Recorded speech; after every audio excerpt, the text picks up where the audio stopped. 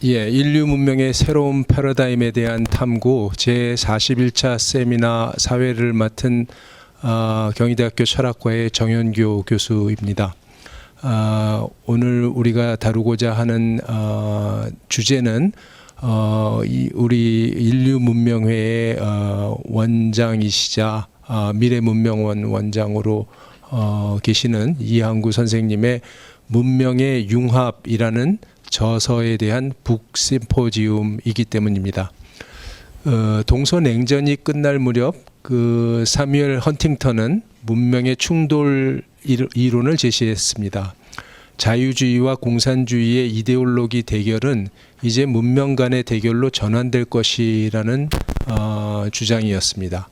동시에 서구 문명과 이슬람 문명 간의 충돌은 동아시아 문명의 성장으로 서구 대 이슬람 대 동아시아 문명 간의 3자 대결이 될 것이다. 이렇게 예언을 한 바 있습니다. 테러와의 전쟁으로 한참 잠잠하던 문명의 충돌이 최근 미국과 중국의 무역 충돌이라는 양상으로 나타나고 있습니다.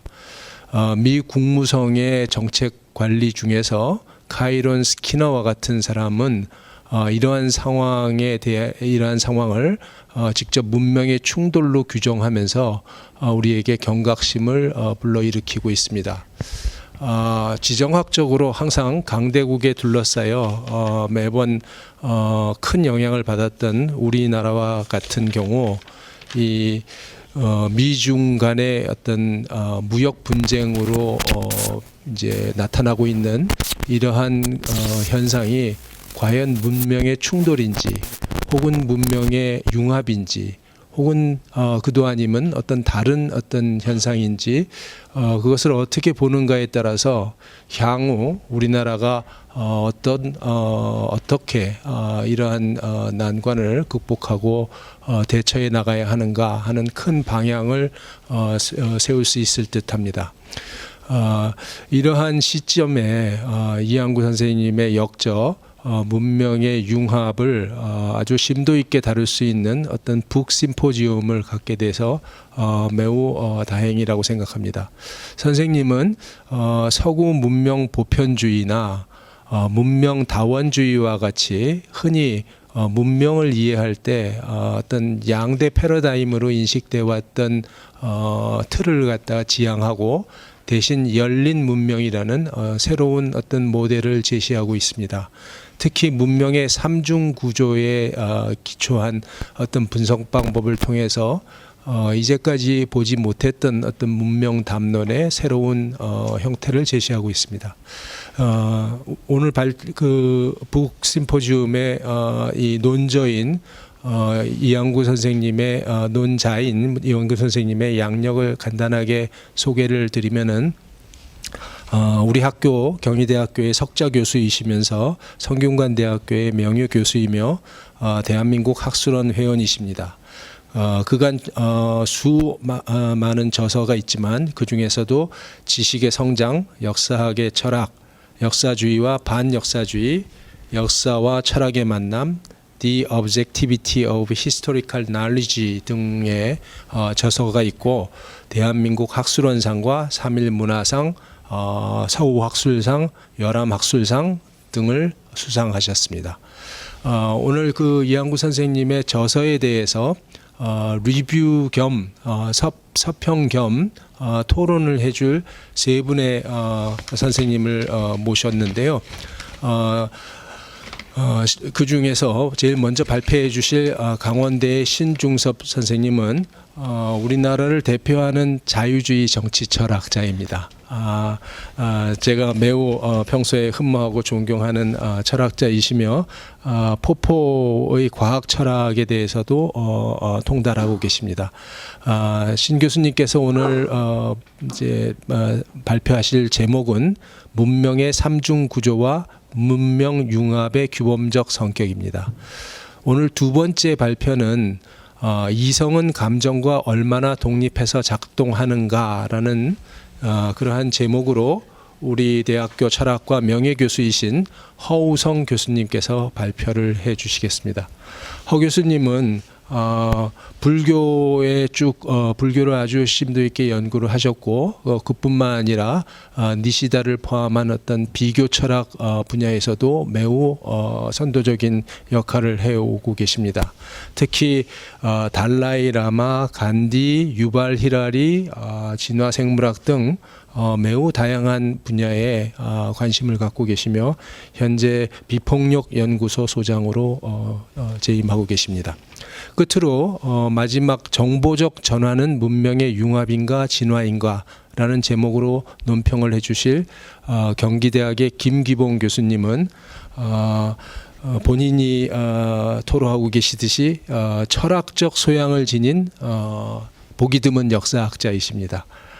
이 세 분의 말씀을 각각 20분 정도씩 청취를 하고 그 각각의 발표가 끝날 때마다 이항구 선생님께서 한 10분 정도씩 발표에서 제기된 문제들에 대해서 답변하시는 그러한 시간을 갖고자 합니다. 예, 그럼 신중섭 교수님께서 첫 번째 이 서평을 해주시면 감사하겠습니다. 제가 한 두 가지 정도 질문을 드리려고 합니다. 이게 참 우리나라 문화에서는 이 서평이나 논평이 상당히 조심스러워요.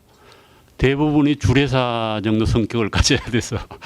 그래서 뭐 또 너무 강하게 하면 예의 없다 그러고 또 그저 그냥 칭송만 하면은 그걸 서평이라고 하냐 그러고 해서 상당히 어려움이 있습니다만은 오늘 제가 그 이항구 선생님의 글을 긍정적으로 이해를 하면서 제가 조금 더 알았으면 좋겠다. 저자에게서 이런 이 얘기를 좀 들어봤으면 좋겠다라고 하는 것에 대해서 한 두 가지 정도의 질문을 준비했습니다. 그리고 짧은 시간에 이 책의 어떤 풍부함을 다 드러내는 거의 불가능합니다. 그리고 제가 이제 오늘 발표하는 글이 철학과 현실의 서평문으로 쓴 글인데 그것도 지극히 짧은 글이에요. 그래서 이것을 계기로 이항구 선생님의 문명의 융합을 보지 않으신 분들은 책을 읽는 그런 계기로 삼았으면 좋겠다는 생각이 듭니다. 세계화는 문명의 전면적 만남이다. 이 세계화라고 하는 것 정보에 대해서 다양한 얘기가 있습니다만은 이런 세계화가 본격적으로 진행되기 시작한 것은 아마도 정보통신혁명 이후가 아닌가 하는 생각이 듭니다. 인터넷이 확산되면서부터 세계화가 급속도로 퍼지게 되고 인터넷에 들어가면은 뭐 여러 나라 문명 내지는 행동과 사람들의 행동과 이런 것들을 볼 수가 있는 거죠. 그래서 이것이 어떻게 보면은 문명의 전면적 만남을 열어주는 계기가 됐다. 그러니까 일종의 문명 융합의 인프라가 깔려 있다라고 볼 수 있겠죠. 그럼 물론 그것이 사실적으로는 확실한 건 아니에요. 어떤 정치적 장애가 있는 곳에서는 인터넷이 통제되고 있기 때문에 이 문명의 융합이 활발하게 이루어질 수 있는 계기 자체가 차단된 경우도 있습니다. 그 다음은 문명은 문화 유전자들의 결합체이다. 이건 뭐 진화 생물학 내지 어떻게 보면은 진화론을 문명 연구에 적용한 게 아닌가 하는 생각이 듭니다. 그리고 세 번째가 정보 사회는 문화 유전자들의 융합을 가능하게 한다. 그래서 정보 사회하고 세계화하고 문화 유전자들이 합쳐가지고 문명의 융합을 가능하게 하고 실제로 되고 있다. 이제 이런 주장인 것 같습니다. 그다음에 이제 문명의 어떤 만남이라고 할까? 이거 설명하는 것은 뭐 몇 가지가 있습니다만은 이항구 선생님이 이제 이론적으로 비판을 하는 이 문명의 융합에 앞서 있는 문명의 만남에 대한 설명입니다. 그래서 거기 보면은 충돌하고 공존과 융합인데 이 충돌은 헌팅턴이 내세운 이론이죠. 그리고 공존도 이제 그 충돌에 대한 반대 이론으로 나온 이론입니다. 그리고 이제 이항구 선생님 오늘 이제 본격적으로 자신의 이론으로 내세운 것이 문명의 융합 이론입니다. 이 이론은 설명이 대단히 복잡합니다만은 혼합이라 혼종이 아니다. 이제 이것이 융합하고는 다르다는 거죠. 혼합과 혼종은 아니다. 혼합은 단순히 뒤섞입니다. 그래서 융합은 뭔가 하면은 같은 방향으로 수렴이 된다. 문명이. 이 궁극적으로 모든 문명이 열린 문명으로 가게 되면 궁극적으로는 어떻게 보면 이상적으로는 하나의 문명권 안에 들어갈 수 있다는 우리가 가정을 생각해 볼 수도 있습니다. 문명의 융합이 문명의 만남의 진정한 모습이다. 이런 말씀을 하고 계신 것 같습니다. 그 다음에 이제 문명의 구조라고 하는 건 이 책에 대단히 독특한 측면에 해당이 됩니다. 저도 이제 여기에 대단히 주목을 하고 있는데요. 문명을 막연히 뭐 문명을 정신 문명, 물질 문명 이렇게 나누기도 했습니다만은 이양훈 선생님은 문명의 구조를 크게 세 가지로 나누고 있습니다. 과학과 기술, 사회 체제, 그 다음에 근본적인 신념 체계에서 일종의 코어 부분에 해당되는 것이 근본적인 신념 체계입니다.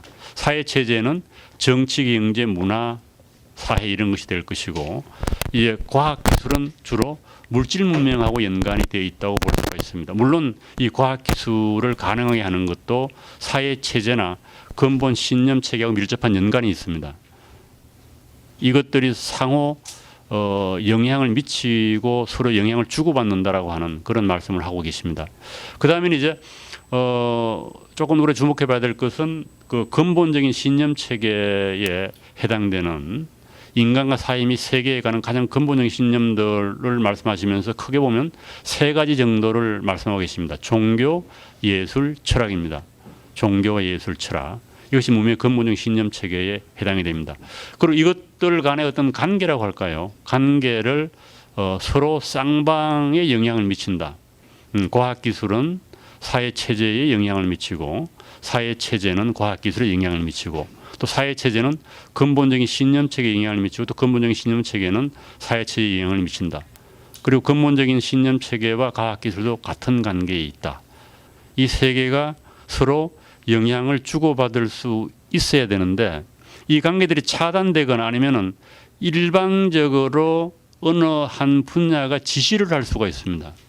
우리가 중세 같은 경우에 보게 되면은 근본적인 신념 체계가 과학기술과 사회체제를 통제했다고 볼 수 있겠죠. 그리고 공산주의 같은 경우는 사회체제가 근본적인 신념 체계를 통제를 하게 됩니다. 이 열린 문명의 구조는 아니죠. 그래서 역사적으로 본다고 하면은 자유민주주의 사회가 도래했을 때에 이 세 가지가 서로 영향을 주고받으면서 상승작용을 일으킬 수 있다. 이렇게 볼 수가 있을 겁니다. 이게 세 삼자 사이의 관계라고 이제 볼 수가 있겠습니다. 그 다음에 이제 이거를 조금 더 다른 말로 치환해 보면은 문화력, 경제력, 군사력입니다. 이것도 서로 영향을 주고받는 거죠. 경제력이 상승하면 군사력이 상승하게 되고 또 거기에 따라 소프트 파워라고 하는 문화력이 또 상승을 하게 됩니다. 그래서 물론 이제 이 관계에서 경제력하고 문화력하고 상관없이 군사력만 팽창할 수는 있어요. 북한 같은 경우가 대표적입니다.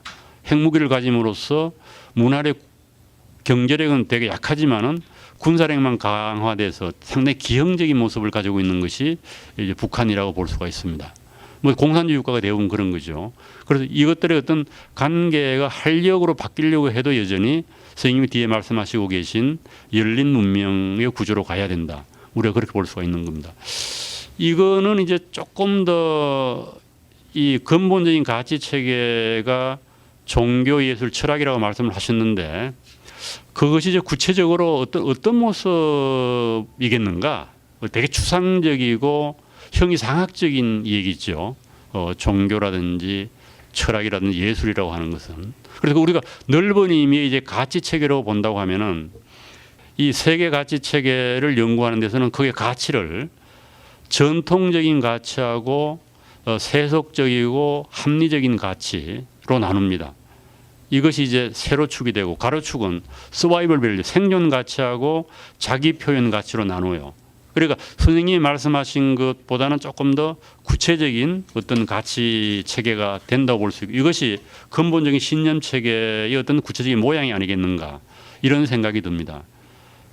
그래서 이것들을 이제 나누어서 이 월드 밸류 서베이에서는 문화권을 이렇게 나눈 겁니다. 문화권을. 그래서 우리 같은 경우는 이제 유교 문화권에 속하죠.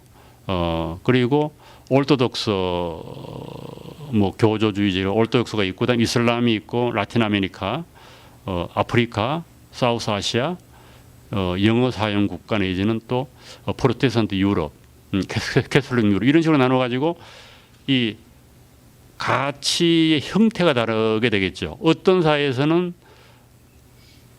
이쪽으로 이제 오른쪽으로 가고 위로 갈수록 프로테스탄트 유럽 같은 경우는 세속적 합리적 가치하고 자기 표현 가치가 강한 거예요. 그리고 이쪽으로 내려오면은 서바이벌 밸류가 강하고 트레디셔널 밸류가 강하게 된다. 그래서 이런 가치 체계가 어떻게 보면은 사람들의 조금 더 소프트한 데 영향을 어떻게 미치느냐를 설명해서 이런 얘기를 해요. 전통적 가치는 종교와 부모 간의 유대, 근위와 전통적 가족 체계에 대한 존중 등을 중시한다. 이런 가치관을 가진 사람들은 이혼, 낙태, 안락사, 자살에 반대하는 경향이 강하고 이런 가치관의 지배적인 나라들은 국가적 자부심과 국가주의 성향을 강하게 보인다. 세속적 가치는 정반대이다. 세속 합리적 가치가 강한 사회에서는 종교나 전통적 가치관, 가족 가치, 권위와 같은 것들을 그다지 중시하지 않는다. 이혼, 낙태, 안락사, 자살 등을 더 너그럽게 바라보는 경향이 있다. 뭐 이런 식으로 얘기를 하고 있습니다. 그리고 이건 어떻게 보면 좀 더 선생님이 말씀하신 것보다는 구체적인 거가 되고 이 서바이벌 밸류를 중시하는 그런 사회에서는 경제적이고 군사적인 것을 중시하게 되고 셀프 익스프레션을 가치를 중시하는 나라에서는 자기 표현 능력을 더 중시하게 됩니다. 그래서 서구에서 이렇게 경제력이 발전하고 자유민주로 갈수록 이 가치가 서바이벌 밸류에서 셀프 익스프레션 밸류로 가게 되고 트래디셔널 밸류에서 세큘러 레셔널 밸류로 움직이게 됩니다. 그러니까 세로 쪽에서는 위로 움직이고 가로 쪽에서는 오른쪽으로 움직이는 거예요. 이것이 어떻게 보면은 바람직한 양상이라고 이 세계 가치 서베이에서는 이 얘기를 하고 있는 겁니다. 우리나라 같은 경우 보게 되면은 세큘러하고 레셔널 밸류가 높아요. 전통적 가치보다는. 높지만 이쪽은 셀프 익스프레션 되게 약하게 됩니다. 그래서 서바이벌 밸류, 군사하고 경제적 가치를 중시한다는 이 얘기가 되겠죠. 또 다른 하나 흥미로운 건데 조금 더 뭐 우리 철학하고는 좀 거리가 있습니다만은 이제 이거로 이제 보게 되면은 이것이 고정되어 있는 게 아니고 대체적으로 변합니다. 80년 지금 연도가 막 바뀌잖아요. 이거 모양이 이렇게 바뀌는 거예요. 나라에 따라서는. 93년도 이게 매년 연구를 하는 거니까요. 이렇게 되게 어떤 변화가 일어나게 되는데 이 변화에서 우리나라 같은 경우는 좀 사각지대에 있는 게 아닌가라고 하는 생각이 들 정도로 이게 대단히 고착되어 있습니다. 물론 이제 변화가 전혀 없는 건 아니에요. 그래서 이런 것들을 이양훈 선생님이 그 말씀하신 거를 조금 더 구체적인 현실하고 조금 연관을 시켜보면은 좋겠다. 그것이 형이상학적이고 추상적인 그런 수준에서 조금 더 구체적인 현실을 설명할 수 있는 설명력을 지니면 좋겠다. 그러니까 문명론을 가지고 구체적으로 현실을 설명하고 현실이 나아가야 할 어떻게 보면 바람직한 방향이 무엇인가를 제시할 수 있지 않겠는가라고 하는 저는 그런 생각이 좀 들었습니다. 그래서 이거는 뭐 선생님이 이제 차후적으로 생각해 보시면 좋을 문제인 것 같다는 그런 저의 이제 소감을 담아서 이 좀 더 철학보다는 경험적인 그런 연구에 기반한 세계 가치 서베이를 잠깐 소개를 해봤습니다. 그래서 이 문명의 3종 구조하고 관련돼서 이거는 제가 엉뚱한 질문인 것 같기도 한데요. 실질적으로는 우리 철학자들은 이양훈 선생님이 이제 상호의 어떤 관계를 말씀하셨습니다만 철학자들은 그 3중 구조에서 철학이나 예술이나 종교가 영향을 행사해서 이렇게 안에서 바깥으로 나가기를 원하는 경향이 있습니다. 안에서 바깥의 영향을 미쳐가지고 사회 정치나 과학 문화에 영향을 미치는 게 좋겠다. 그래서 철학자들은 대단히 규범적인 성격에서 비판을 강하게 하는 거죠. 과학기술 문명 뭐 엄청나게 연일 비판하잖아요. 그거 보면은 어떻게 보면 자신의 가치관을 가지고 바깥 부분을 통제하려고 하는 그런 의지가 있는 거예요. 이 철학자의 고질적인 어떻게 보면 직업병인 것 같기도 하고 제가 보기에는 또 어떻게 보면은 철학이 현실을 통제하고 발언권을 가져야 된다라고 하는 그런 측면이 있습니다만은 그럴수록 설명력이 떨어지고 결국은 철학자들은 문화에서 현실에서 꼰대로 전락을 하게 되는, 아무도 관심을 안 가지는 이런 쪽으로 가지 않는가 하는 그런 전 생각이 듭니다. 그래서 거꾸로 이제 보게 되면은 영향력은 바깥에 큰 원에서 안쪽으로 오는 거예요. 장기적으로 보면 저는 그렇게 봅니다. 과학기술이 사회에 어떤 보면은 사회 체제를 바꾸고 그것이 종교에까지 영향을 미친다는 겁니다. 그래서 근본적으로는 자유롭게 과학기술의 문명에 들어가게 되면은 궁극적으로는 이양우 선생님이 말씀하시는 열린 문명의 체계를 갖추게 되지 않겠는가라고 하는 저는 그런 생각을 가지고 있습니다. 그래서 이 문명의 삼중구도에서 실제적으로 영향력을 행사하는 것은 안에서 밖이 아니라 밖에서 아니라는 겁니다. 그래서 그거에 적응하지 못하는 가치 체계는 사라지게 된다는 거예요. 저는 그런 생각을 가지고 있고, 실질적으로 핵심이 영향력을 발휘하게 되면 그는 전체주의 사회일 가능성이 높아요. 전체주의 사회에서는 과학기술도 주로 군사적인 것을 중심으로 발전하게 됩니다. 그래서 탱크는 만들고 핵무기는 쏘는데 유모차는 못 만드는 거예요. 이것이 과연 바람직한가라고 하는 그런 생각이 들고요. 그 다음에 이제 이게 지금 제 올려온 거 3페이지에 나오는 그거 제가 질문입니다. 그거 이제 읽어보겠습니다. 그냥. 그러나 그는 삼중구조론의 핵심적인 부분의 근본적 신념 체계에 종교예술 철학을 포함하면서 사회 체제는 근본적 신념 체계를 구체화시키는 정치, 경제, 사회, 문화의 여러 제도를 가리킨다. 라고 해서 사회의 신념 체계가 구체화된 것이 정치, 경제, 사회, 문화라고 하는 표현을 썼습니다. 그런데 이러한 주장은 난점을 지니고 있다.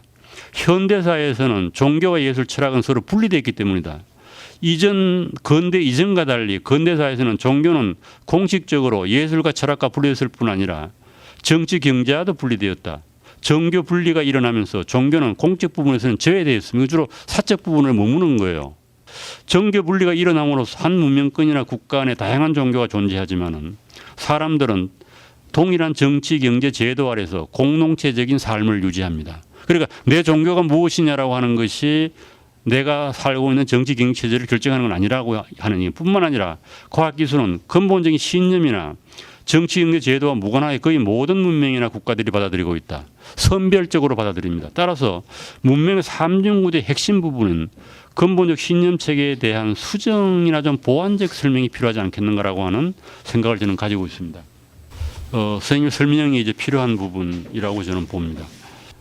그 다음은 문명 융합론이라고 하는 것이 이것이 사실적인 기술인지 아니면 규범적인 건지가 조금 혼란스러웠습니다. 읽으면서. 그래서 어떤 부분은 이양호 선생님이 자기 주장을 정당화시키기 위해서 정보화 사회의 도래라든지 뭐 세계화를 말씀하시면서 문명의 융합이 일어나고 있다. 이렇게 말씀을 하시기도 해요. 그래서 그거는 어떻게 보면 자연스럽게 문명의 융합이 일어나고 있다는 말씀이니까 이건 사실적인 명제가 돼요. 그러면 또 뒤에 가시면은 문명은 이런 방향으로 가야 한다고 하는 열린 문명론을 이제 말씀하시거든요. 그래서 어떻게 이 정보화 사회와 세계화에서 일어나는 문명이 그것이 일정한 방향성을 줄 수 있느냐라고 하는 조금 더 이상적인 방향으로 변화하도록 할 수 있는 계기가 뭔지에 대한 설명이 저는 좀 필요하지 않는가 하는 이제 그런 생각이 들었습니다. 따라서 이항구는 열린 문명의 길은 인류사의 방향이라고 단정한다. 열린 문명은 첫째, 현재 존재하고 있는 모든 문명들을 결국은 하나의 보편 문명으로 통합되어야 할 지역 문명으로 간주하며, 둘째는 열린 문명은 현대사회가 당면한 중요한 문제들을 인류 보편적 관점에서 접근하여 문제 해결에 새로운 표준을 만들어야 한다고 주장한다. 그래서 보편적인 가치가 생명 존중, 민주주의, 인권, 평화, 정의, 평등, 자유, 존엄 등은 이러한 특정 문명에 강조하지 않더라도 보편적으로 수행하지 않을 수 없는 가치들이라는 것이다. 열린 문명은 인류 전체가 평화적으로 통합되고 번영하는 이상적 세계에 대한 꿈을 함축하고 있다.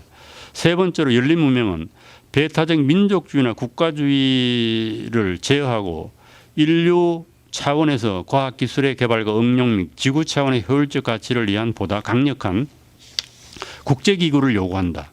넷째로 열린 문명은 인간과 자연의 관계에 대한 근본적인 변혁을 추구하며 인간 중심의 세계관은 자연 중심적 또는 생명 중심적 세계관으로 전환되어야 한다고 주장한다.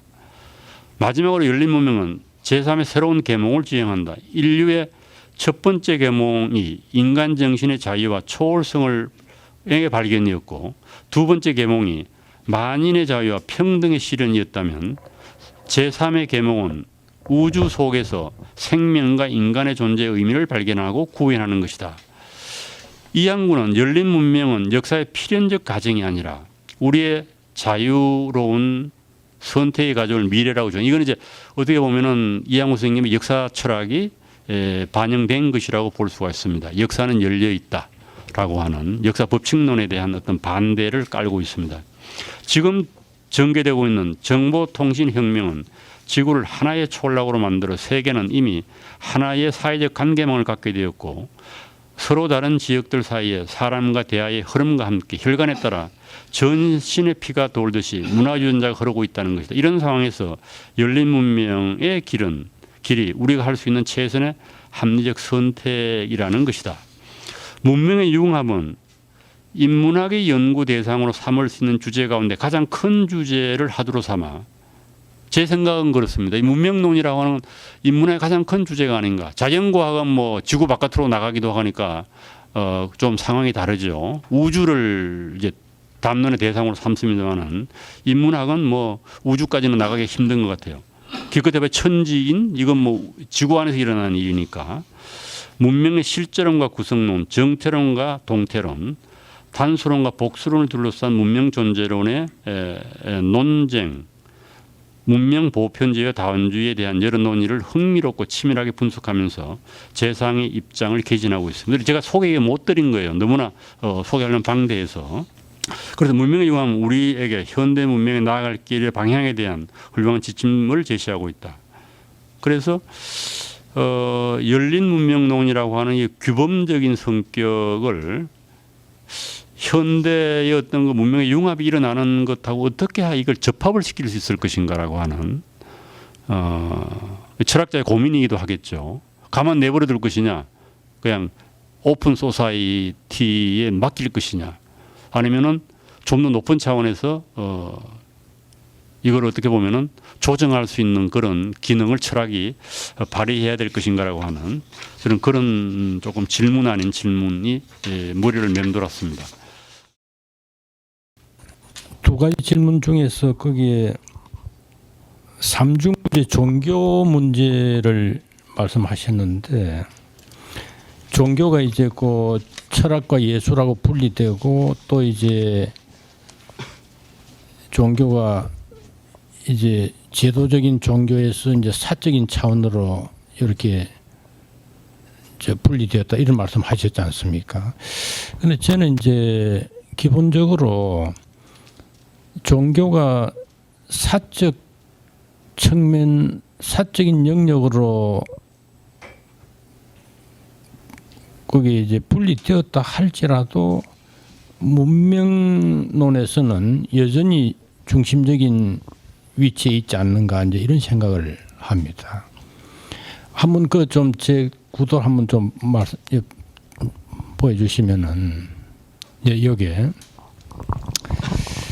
이제 저는 그 사회 체제의 정치, 경제, 사회 문화라는 이런 그 사회 체제들은 우리 눈앞에 구체적으로 현실화된 이런 제도, 법 이런 것들 아니겠습니까?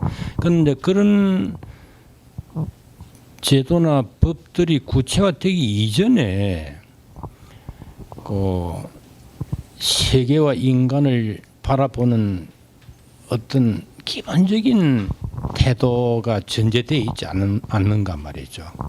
이제 세계를 이해하는 가장 직접적이고 원초적인 이해 방식이 종교가 아닌가 그런 생각을 합니다. 왜 그러냐면 이제 종교는 삶의 세계일 뿐만 아니라 죽음의 세계까지도 다루는 것이니까 죽음 이후의 세계까지도 말이죠.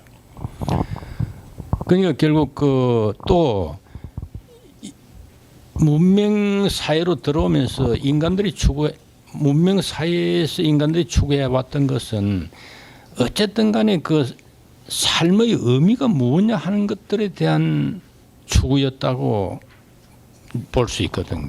그러니까 왜 지금 내가 존재하고 있고 또 이런 온갖 풍상을 겪으면서 고생하고 있는가 하는 그 고난에 대해서 어떤 설명을 종교는 해줄 수 있단 말이죠. 그러니까 물론 그것은 과학적인 설명하고는 다른 거죠. 뭐 어떤 절대자가 너를 정말 사랑하기 때문에 이런 시련을 준다든지 또 더 큰 어떤 제목으로 삼기 위해서 이런 시련을 너에게 준다든지 하는 식으로 해서 그 고통의 시절을 극복하게 하고 그걸 통해서 또 삶의 어떤 의미와 보람을 찾도록 이렇게 이제 메시지를 주는 것이 종교니까 인류 역사에서 결국 여러 가지 다양한 형태들의 종교는 있었지만 여하튼 그 문명의 중심을 이루는 것은 종교였다 이렇게 보입니다. 그게 이제 원시 종교든 고등 종교든 관계없이 그 저는 이제 그런 면에서 인간 자신과 세계를 이해하는 가장 근본적인 신념 체제로서 제가 이제 가장 핵심의 종교를 두고 그 다음에 예술, 그 다음에 철학 이거는 이제 어떤 부분이 아니라 인간이라는 존재 전체를 이해하고자 하는 그런 그 이해 방식이기 때문에 그걸 중심으로 해서 저런 사회 체제들이 파생되어 왔지 않나 그런 이제 생각을 했습니다. 이제 그거는 역으로 우리가 이제 서구 문명이 이렇게 전파되어 올 때 뭐 서구의 그 과학 기술을 받아들이는 데는 큰 그 저항들이 없었다 이리 볼 수 있습니다. 우선 그 과학 기술을 빨리 수용해서 저런 과학 기술에 맞서는 또 새로운 과학 기술을 만들어내야 된다는 그런 측면에서 과학 기술의 도입에는 큰 저항이 없었지만은 이제 사회 정치 경제 체제를 바꾸려 하는 데는 이제 저항들이 아주 심했고 더 나아가서 이제 자신의 정체성이라고 생각되는 근본적 신념 체제는 정말 그 바꿀 수 없는 식으로 생각을 했지 않습니까? 그러니까 뭐 예컨대 내 상투는 자를 수 있지만 내 목은 칠 수 있어도 내 상투는 못 자른다는 식의 그런 그 자기 정체성에 대한 그 확신과 그걸 유지하려는 욕망들 그건 결국은 자신이 믿고 있는 그 근본적 신념 체계를 보존하려는 것 아니었느냐 저는 그런 생각이 듭니다. 어쨌든 간에 한 문명이 이게 독자적인 문명이라고 말하려면 그런 것들이 중심을 이루고 그것에서 그런 데서 근거해서 정치 경제 사회 문화가 전개되고 또 이제 과학 기술을 또 발전시켜 나가는 이런 식으로 진행된 것이 아닌가 그런 생각을 합니다. 우리가 지금 현재 뭐 지금도 6대 문명이다 이렇게 우리가 구분을 한다면은 결국 그 핵심에 어떤 종교와 예술과 철학을 누가 갖고 있느냐. 그럼 이슬람 문명과 뭐 유교 문명, 기독교 문명 이런 식으로 우리가 그냥 간단히 예를 든다 할 때도 결국 그것들이 특색이 뭐냐를 파고들면은 근본적 신념 체제에서 그러니까 삶의 존재와 인간 존재와 세계에 대한 의미 부여에서 차이 때문에 결국 파생된 것이 아닌가 다른 문명으로. 아니 물론 그것들은 또 이렇게 그들이 사는 어떤 지역적인 환경 때문에 자연적 환경이 이제 영향을 주고 이렇게 됐겠죠. 그래서 저는 이제 그것이 설사 사적인 영역으로 이렇게 이전되었다 할지라도 여전히 문명론에서는 종교가 핵심을 이룰 수밖에 없지 않겠는가 그런 생각을 합니다. 그리고 이제 아마 문명의 융합이 일어난다 할지라도 가장 최후의 그 난제는 근본적 신념 체제에서 어떤 융합이 일어나는 것이 가장 어려운 과제로서 최후의 남을 과제다 그런 이제 생각을 합니다. 지금도 사실상 우리 과학기술이라는 건 거의 보편화돼가는 실정이 있고 여러 문명들 사이에서 정치, 경제, 사회, 문화도 특히 경제 체제나 이런 건 단일 시장이 되면서 상당히 그 유사성이 뭐 이렇게 커져간다고 할 수 있겠습니다. 그러나 여전히 그 근본 신념 체제와 그 저런 사회 체제의 그 관계가 좀 더 아마 자세히 좀 규명돼야 될 필요가 있지 않나 그런 생각은 하고 있습니다. 그것이 이제 왜 그러냐면 우리 신선생님도 지적하셨듯이 근본적 신념 체제가 달라도 정치 경제적 체제가 동일하다면 그 어떤 연관에 있는가 하는 것들은 좀 자세한 논의가 필요할 것 같습니다. 그러나 어쨌든 간에 그 종교가 모든 문명의 핵심에 있다는 것은 제가 거의 사적인 영역으로 종교가 분리되었다 할지라도 마찬가지 기능이다 그렇게 우선 말씀드리고 그다음에 이제 거기에 사실 이 문명의 융합이라는 것이 사실 세계를 말한 거냐 아니면은 당위의 세계를 말한 거냐는 질문에 있어서 사실상 저도 약간의